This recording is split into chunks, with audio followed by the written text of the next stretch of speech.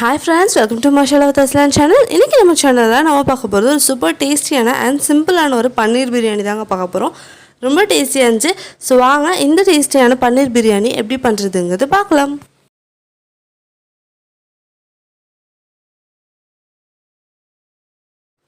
First நம்ம பன்னீர் marinate பண்றதுக்காக இங்க ஒரு 2 டேபிள்ஸ்பூன் அளவு நல்ல கட்டியான தயிர் வந்து எடுத்துக்கோங்க.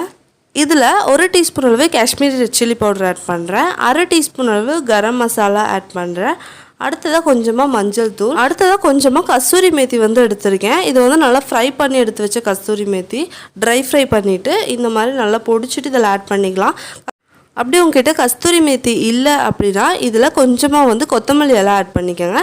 இப்போ கொஞ்சமாக உப்பு ஆட் பண்ணிட்டு இதை நல்லா வந்து நம்ம மிக்ஸ் பண்ணி எடுத்துக்கலாம்.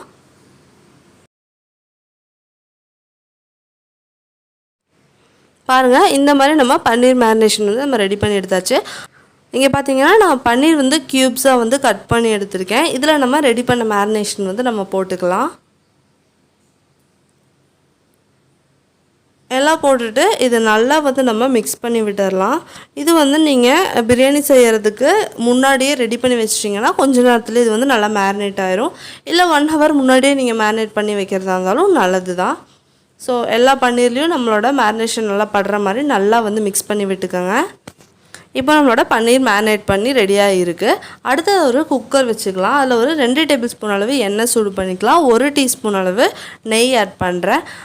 அடுத்ததாக ஒரு துண்டு பட்டை, 2 பிரிஞ்சி இலை, சின்ன சின்ன பிரிஞ்சி இலை, 2 கிராம்பு, 1 ஸ்டார் அனைஸ், 1 ஏலக்காய், இது எல்லாத்தையும் நம்ம இதில் ஆட் பண்ணிக்கலாம். ஆட் பண்ணிட்டு இது ஒரு 2 நிமிஷம் நம்ம நல்லா வந்து எண்ணெயில் அது பொரியட்டும். அடுத்ததாக நான் ஒரு பெரிய வெங்காயம் வந்து ஸ்லைஸாக கட் பண்ணி வச்சுருக்கேன். அதை வந்து நம்ம இதில் ஆட் பண்ணிக்கலாம். ஆட் பண்ணிட்டு நல்லா வணக்கி விட்டுருங்க. இது நல்லா கோல்டன் ப்ரௌன் ஆகிற வரைக்கும் வெயிட் பண்ணலாம். இப்போ இதில் ஒரு பச்சை மிளகா வந்து நான் ஆட் பண்ணியிருக்கேன். உங்களோட காரத்துக்கு தகுந்த மாதிரி நீங்கள் பச்சை மிளகா ஆட் பண்ணிக்கலாம். அடுத்ததாக இதில் கொஞ்சமாக வந்து ஷாஜீரா போடுறதுக்கு வந்து நான் மறந்துட்டேன். ஸோ இந்த ஸ்டேஜில் நான் ஷாஜீரா வந்து அதில் ஆட் பண்ணியிருக்கேன். ஆட் பண்ணிட்டு வெங்காயம் நல்லா ப்ரௌன் கலர் ஆனதும் நம்ம ரெடி பண்ணி வச்சுருக்கிற இஞ்சி பூண்டு பேஸ்ட் வந்து ஆட் பண்ணிடலாம். ஒரு டேபிள் ஸ்பூன் அளவு தட்டுன இஞ்சி பூண்டு விழுது நான் ஆட் பண்ணிக்கிறேன். ஆட் பண்ணிட்டு நல்லா வந்து சாட்டே பண்ணி விடுங்க. அதோட பச்சை மணம் நல்லா மாறுற வரைக்கும் நம்ம இதை நல்லா வணக்கி விடலாம். இப்போ இதில் நான் வந்து புதினாவும் கொத்தமல்லியும் ட்ரை ஆனது எடுத்திருக்கேன். நீங்கள் ஃப்ரெஷ்ஷாக இருந்தால் அது கூட எடுத்துக்கலாம். அதை வந்து நான் இதில் ஆட் பண்ணிக்கிறேன். ஆட் பண்ணிட்டு நல்லா வந்து மிக்ஸ் பண்ணி விடுங்க.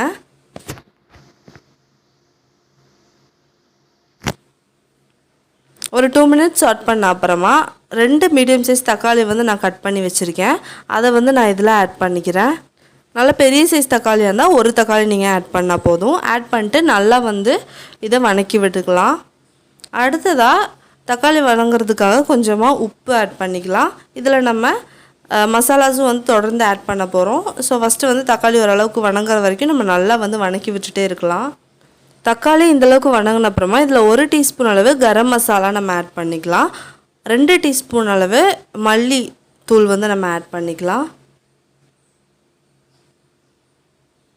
அடுத்ததாக கொஞ்சமாக மிளகாய் தூள் ஆட் பண்ணிக்கலாம். நம்ம மேரினேஷன்லேயும் இது எல்லாமே சேர்த்துருக்கோங்கிறனால கரெக்டாக வந்து பார்த்து ஆட் பண்ணிக்கோங்க. ஆட் பண்ணிட்டு நல்லா வந்து இதை அந்த மசாலாவோடு சேர்த்து நல்லா ஃப்ரை பண்ணலாம். ஒரு 4 நிமிஷம் வரைக்கும் இந்த மசாலா நல்லா வந்து வணங்கட்டும். அப்போ தான் வந்து நம்ம பிரியாணிக்கு நல்லா டேஸ்ட் கிடைக்கும். மசாலா வந்து இப்போ நல்லா வணங்கிருச்சு. இப்போ நம்ம மேரினேட் பண்ணி வச்சுருக்கோம் இல்லையா, அந்த பன்னீர் வந்து நல்லா மேரினேட் ஆகிருக்கு. இதை வந்து இதில் நம்ம ஆட் பண்ணிக்கலாம்.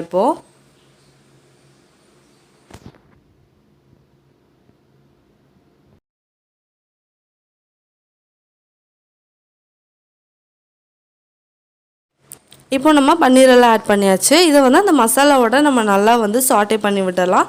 ரொம்ப வந்து அந்த கரண்டி போட்டு கிண்டிகிட்டே இருந்தோம்னா நம்மளோட பன்னீர்லாம் உடஞ்சி போயிடும். அதனால் மெதுவாக வந்து மிக்ஸ் மட்டும் பண்ணி விட்டுக்கோங்க. எல்லா மசாலாலையும் அந்த பன்னீர் வந்து கோட் ஆகிற மாதிரி மிக்ஸ் மட்டும் பண்ணி விட்டுக்கோங்க.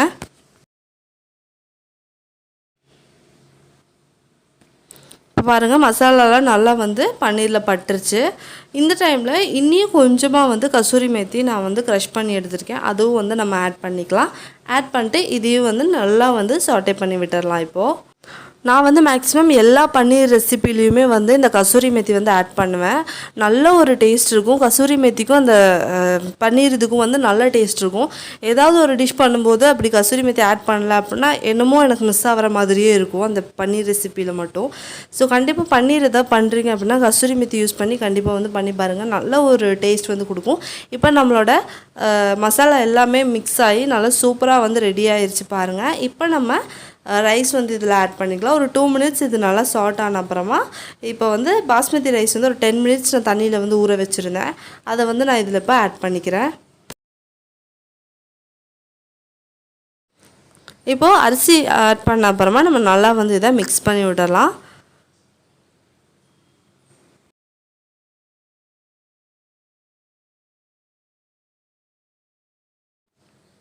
இப்போ ரைஸ் வந்து நல்லா மிக்ஸ் ஆகிடுச்சு. இப்போ நான் வந்து 2.5 கப் அளவு அரிசி எடுத்திருக்கேன். அதுக்கு வந்து 4 கப் அளவு தண்ணி வந்து நான் ஆட் பண்ணுறேன். ஆட் பண்ணிட்டு ஒரு மிக்ஸ் பண்ணி விட்டுட்டு இதை ஒரு 2 விசில் வரைக்கும் நான் வந்து குக் பண்ணி எடுக்க போகிறேன். இப்போ வந்து நம்ம பிரியாணி 2 விசில் எடுத்து விட்டாச்சு பாருங்கள். சூப்பராக வந்து ரெடி ஆகிருக்கு. நான் மிக்ஸ் பண்ணி காட்டுறேன். ஸோ நல்லா வந்து ரெடி ஆகிருக்கு. சூப்பராக வெந்திருக்கு.